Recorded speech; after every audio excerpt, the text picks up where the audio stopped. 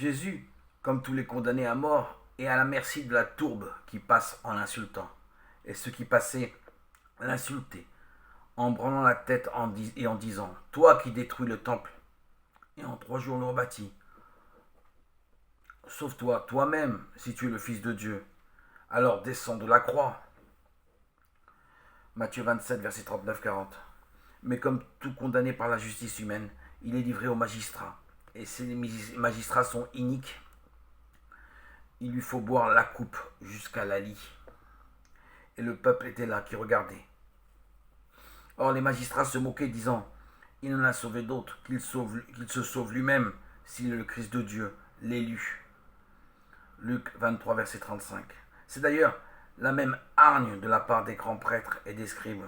Tous ceux qui sont en place, qui craignent pour leur influence, se libèrent de leur crainte en se gaussant du condamné. De même, les grands prêtres aussi disaient en se moquant avec les scribes et les anciens: Il ne peut se sauver lui-même.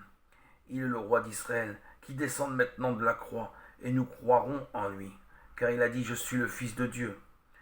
Matthieu 27, versets 41-43. En dernier, ce seront les soldats. Les soldats aussi se jouèrent de lui, s'approchant pour lui offrir du vinaigre et disant: Si tu es le roi des Juifs, sauve-toi toi-même. Luc 23, versets 36-37. Très justement, Luc, au moment de la crucifixion, fait remarquer que le peuple regarde et se tait devant le désastre, alors que les gens en place insultent le condamné. Et voici que va se réaliser la parole même qui l'accuse. Et ceux qui passaient l'insultaient en branlant la tête et disant: Hé, toi qui détruis le temple et le rebâtis en 3 jours, sauve-toi toi-même en descendant de ta croix, de la croix. Marc 15, verset 29-30. Ce sont ces paroles du Seigneur justement qui vont libérer l'homme de la mort et qu'il va réaliser. Elles furent prononcées au début de son ministère. Il vient de chasser les vendeurs du temple et furieux, les grands prêtres lui demandèrent des comptes.